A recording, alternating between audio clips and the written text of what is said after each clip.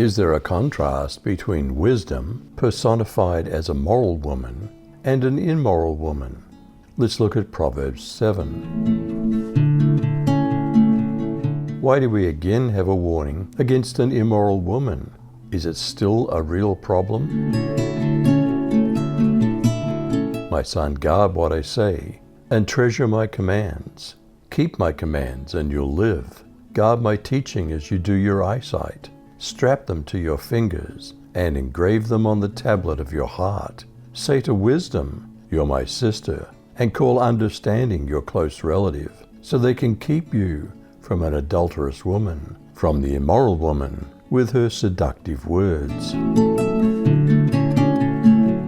Does she wait for a naive and stupid man, like a predator for its prey? For at the window of my house I looked through my casement, and beheld among the simple ones, I discerned among the youths, a young man void of understanding, passing through the street near her corner.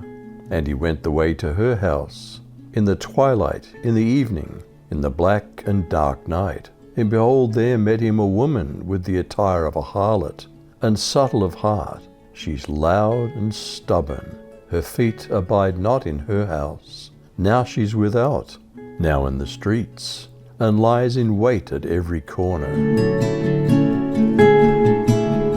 What moves and words does this woman use to seduce the man? What will it cost him? So she seizes him and kisses him, and with a brazen face she says to him, the sacrifices of peace offerings are with me. Today I paid my vows. Therefore I've come out to meet you, to seek your face earnestly. And I've found you. I've spread my couch with coverings, with colored linens of Egypt. I've sprinkled my bed with myrrh, aloes, and cinnamon. Come then, let's drink our fill as lovers until morning. Let's delight ourselves with the pleasures of love. For my husband's not at home. He's gone on a journey far away. He took a bag of silver in his hand. On the day of the full moon, he'll come home. With her abundant persuasions, she entices him. With her flattering lips, she drives him to herself. He suddenly follows her, as an ox goes to the slaughter, or as one in fetters to the discipline of an ignorant fool, until an arrow pierces through his liver, as a bird hastens to the snare, and he doesn't know that it will cost him his soul. What final warning does the father give to his sons about following the immoral woman? Now therefore, my sons, listen to me and pay attention to the words of my mouth. Don't let your heart turn aside to her ways. Don't stray into her paths, for many are the victims she's brought to ruin, and numerous are all those slaughtered by her. Her house is the way to Sheol, descending to the chambers of death. Is there hope for an immoral woman to have faith, be forgiven, and saved?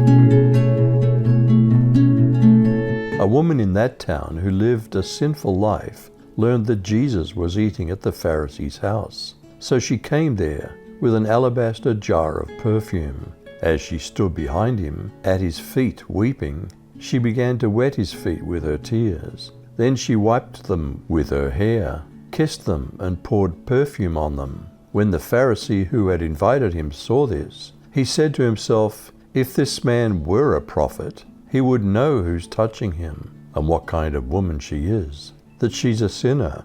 Jesus answered him, Simon, I have something to tell you. Tell me, teacher, he said. 2 people owed money to a certain moneylender. One owed him 500 denarii, and the other 50.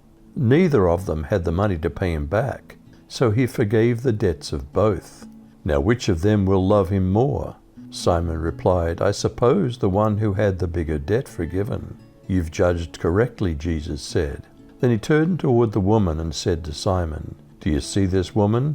I came into your house. You didn't give me any water for my feet, but she wet my feet with her tears and wiped them with her hair. You didn't give me a kiss, but this woman from the time I entered has not stopped kissing my feet.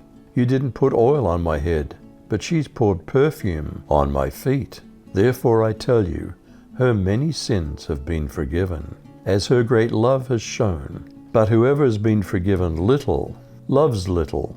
Then Jesus said to her, "Your sins are forgiven." The other guests began to say among themselves, "Who is this who even forgives sins?" Jesus said to the woman, "Your faith has saved you. Go in peace." Is there a contrast between wisdom, personified as a moral woman, and an immoral woman? You decide.